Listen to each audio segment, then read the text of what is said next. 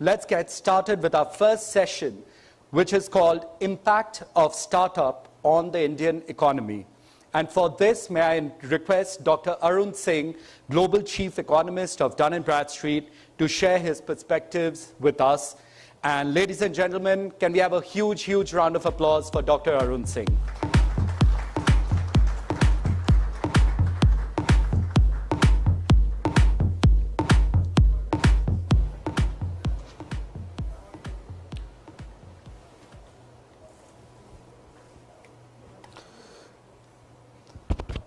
Thank you, Kaustubh. Good morning, everyone.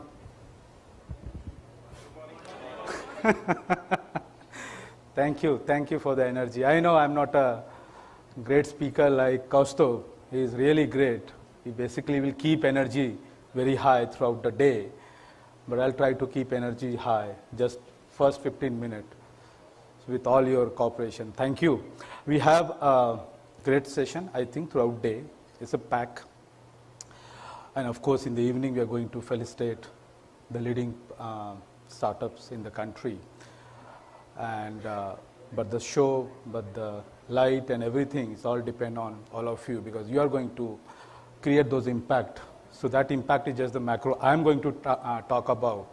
But on the ground, basically, all of you are going to create those impact. And so thank you for part of this conference. And throughout day, there will be multiple sessions we have and multiple insights we're planning to generate. And let's take those insights back home to find out how collectively we can create that impact in the society. I think government vision to ensure that we grow, we create employment, and we are basically partnering with investors and taking lead in terms of turning our growth story and making those sustainable growth story for us. So with that, I'll try to touch base some of the slides, some of the data, which we basically collected using our database. And the learning we have last 3 decades since we basically started our business in the country, talking to various companies who are starting their journey, first year, second year, 10 year, 30th year, what basically you feel where we are. So all data I put together, we created certain insights on that. Let me share with all of you. And with that, the level of insight will just go up throughout the day.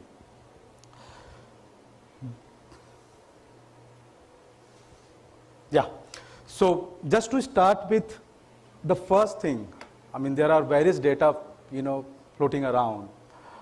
One data talks about how many companies, entities we have in country. Some says X, Y, there's multiple things going on. So what we did at DNB, we put together various data sources, right from the government, right from the ministry who basically released the statistics, spoke to them, spoke to all of you, and looked at our database and found actually in the country, there are more than 100 million economic entities. These economic entities work for the country. They generate some output, and that basically contribute to the growth of the country. There are non-defense, non-government entities who basically work. These are commercial entities when I talk about. Out of, sorry.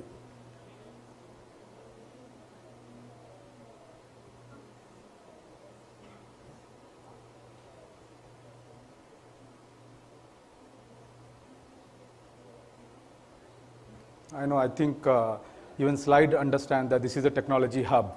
Bangalore is known for technology hub, so deliberately creating some challenge for all of us. And my team is trying to resolve. Sorry for that, but out of 105 million in economic entities when we talk about, so roughly around 72, what we say is very basic. They are household entities. They are basically cooperative societies. There's household, have no labor, they are self-starter, they're doing everything at home, and don't have any labor, not permanent structure. They are mobile vendors. All those entities are part of 72. Commercially visible entities, that's a 33, which means all of us part of that. And which basically they have at least one labor employed, and they are operating out of some bricks, that's wall, then structure, that's commercially visible. At a lender, that the financer can see them, they exist somewhere, they're doing some job for the, for themselves and for the economy. That's the 33. Out of that, 7.6 million started their business. Unfortunately, there's various definition of startups in the country, but I just looked at the last 10 years. 7.6 million entities, they started their business last 10 years. And all of us, certainly part of that. Some of maybe more than that, but most of us part of that 7.6 million entities. Roughly around 1 lakh, I think 75 to 80,000 entities, they have some parents, which means they are not part of the startups. They are basically supported by some entities. Rest is all individual entities who doesn't have any support. They've started by themselves. That's a huge number, huge number. If I compare, it's in fact entire universe of some of the European countries. That's the number we have in the country. And the rest, 25.6, is basically they're more than 10-year-old. They're basically going on. There's multiple things. Thank you. So that's a base of companies in the countries, including the startups, including the new age, including the, what I say, the nascent enterprises. That's basically company we have. Moving on, the task which we all have collectively, huge task. And that's basically last 10 years. You might have heard multiple times, multiple forum, we are talking about employment generation. And without that, certainly we all will struggle after 10 years, which means the one job which we have to support this economy through employment generation. Look at the task which we have till 2047. 231 million 231 million jobs we need to create. Why? Because today we are around 0.96 billion working age population. They are ready to be the part of the job market. By 2047 will be 1.1 billion. 1.1 billion will be the 1.6 times of the entire Europe total population of today. Look at the data. These are the employable, what I say, the working age population by then. Look at the huge number. 231. How are the things coming up? When I look at the growing population, 95 million will basically add into that. Our labor force participation rate, unfortunately, is very bad. It's around 52. Most of the countries have 70%. Many reasons. They don't have a job or they don't want to work. Both, if you have to address 70%, the more labor available for the job market, 70%. That will give you something around 43.5 million, because there are some issue with the women labor force participation rate. Address that. Then you have a 43.5 million people get added into the labor force. And there are, economic concept what we call about disguised unemployment, in the sense many people are working in the labor agriculture market. They are producing nothing, zero. They're just dependent. If you correct that, 93 million will add from there. 231 million total. We need to create a job. This is just for a sustainable growth journey. If not, which means the repercussion on the social sector will be huge. Forget about the growth. That's the task. Who's going to create? 99.9% of the entities are us MSMEs. Only 1%, less than 1% is basically large corporate. Moving on, but there is one good news, is that when I talk about total early stage entrepreneurial activity, which means 18 to 60% of the population, their engagement into the new age companies, the female participation is almost equal to the male. Many reasons for this one. I think most of us, when we start the business, we start business in the name of our spouse or wife or mother. That's basically is coming up here. We have seen, I have one example in my own house. So that's how it's there. But the good news is that at least there is a entrepreneur activity when we talk about women is also participating in that piece. Another thing, there is a one opportunity when we talk about and when we try to address those 231 million employment and grow sustainably in the country. We are somewhere in the middle of what we call the total early age entrepreneur activity as compared to the rest of the world. Right-hand side, those countries we are better off, which is great. I think we should feel proud of. But left-hand side, including the Brazil, when we talk about, we are worst off. We have opportunity to match that trajectory. When we go there and match Brazil, forget about US or Canada, we have opportunity to generate 68 million jobs by that. Another one, if I say that the previous slide, there's hardly we employ any labor. So out of whatever companies we have, just 15% of this company employ more than 6 labor. It's just surviving. 85% of the company basically surviving. Certainly there's some issue around that, which means if you don't have a labor, where's employment talking about? Where the employment generation will come from? Because we are not employing more than 6 labor. If you go back to right-hand side, look at our neighbor, Taiwan, my favorite country.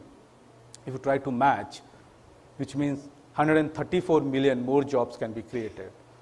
The fraction of those companies start generating more employment or start providing more employment, more than 6% per company, there is opportunity to tap that market. We are almost right side, which is not the great sign. Moving on, I think what we all struggling is the money.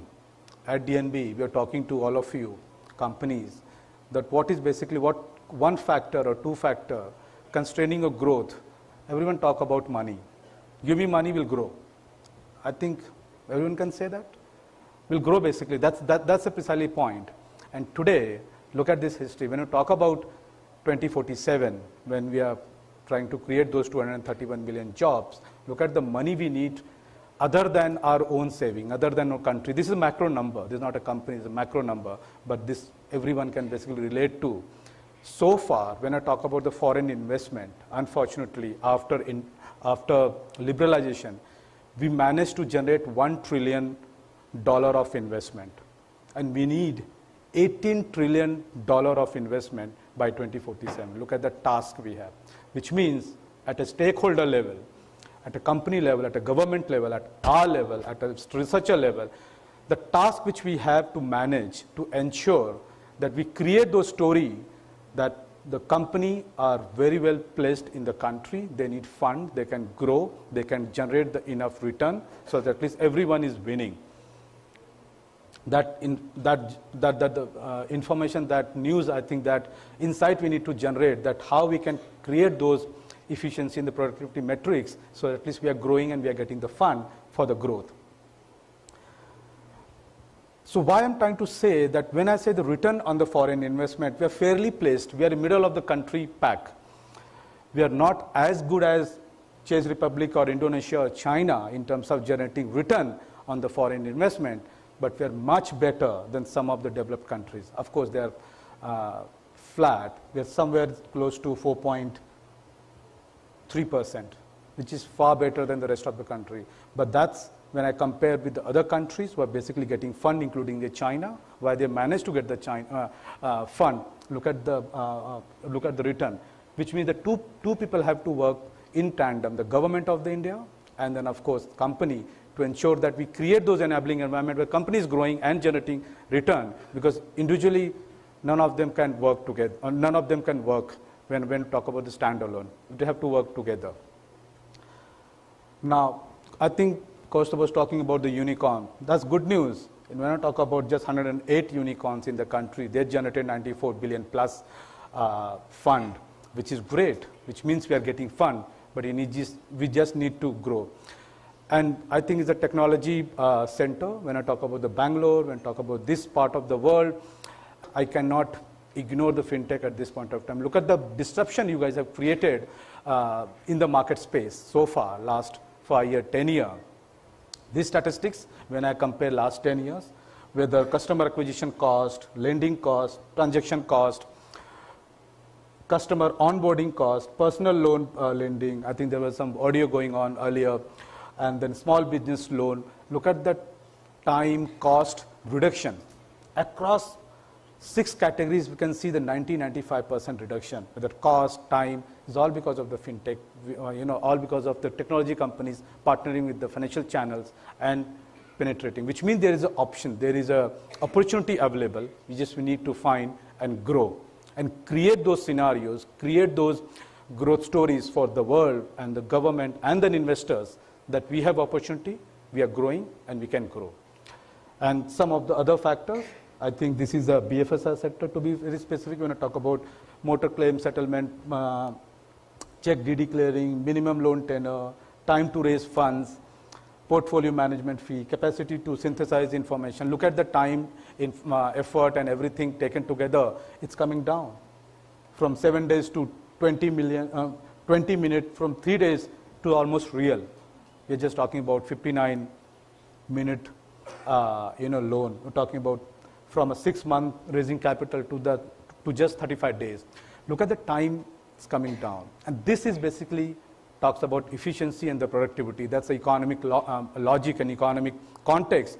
But I think you guys are proving that correct. But when you penetrate, there's an option, there's an opportunity to grow. And another thing is not just particular center, particular location. And these startups or new age companies or new entrepreneurs activities going across tier 1, tier 2, tier 3 cities.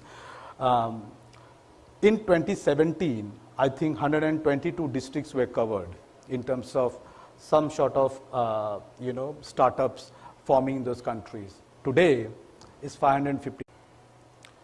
Unfortunately, every second business goes out of operation. They basically shut down their operation within 4 years of the startup. That's a concern here. When your paid up capital is just 1 million, there's a probability of going out of business within 6 years. When if paid up capital is 10 million, there's a hope. 12 years you'll be there. But unfortunately, this is real data. This is not the survey data. This is real data. It's part of MCA database. That when I start my business, and if there's 100 companies starting with, 10 years down the line, only 18 companies will be in the business. Many things basically going on. So this is basically required from all of us when we start, how we can sustain. I understand, we were basically talking yesterday, there are multiple issues and challenges to sustain the business. The cash flow, volatility and rest of the things, I think that's the rule of the planet somehow. Because this statistics, right-hand side, is certainly not good when you talk about taking the initiatives forward, when you're talking about creating those 231 million economic entities and trying to match with the Brazil and rest of the countries to create those entrepreneurial activity. Some of these concerns, I'll leave everyone with that, so at least we can go and see how we can change those scenarios and figure out what are the possible reason behind this and what option we can do, what are choice available, so at least we can improve to ensure that we grow and we create those required expectation we have from the rest of the ecosystem. Thank you for listening.